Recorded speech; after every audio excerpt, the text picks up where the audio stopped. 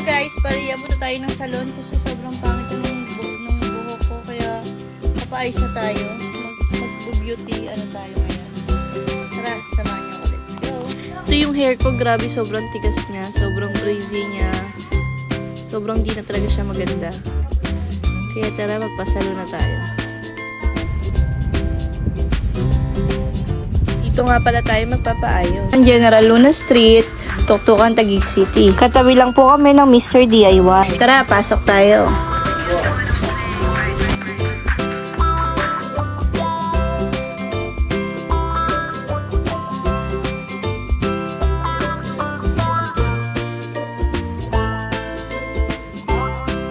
Ito po yung aking hair pag nasa likod.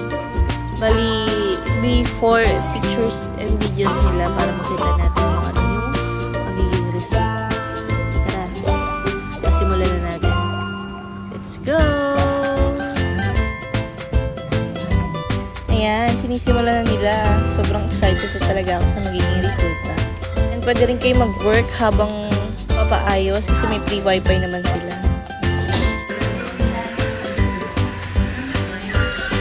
Ayan, siningit ko na rin para yung lash lip.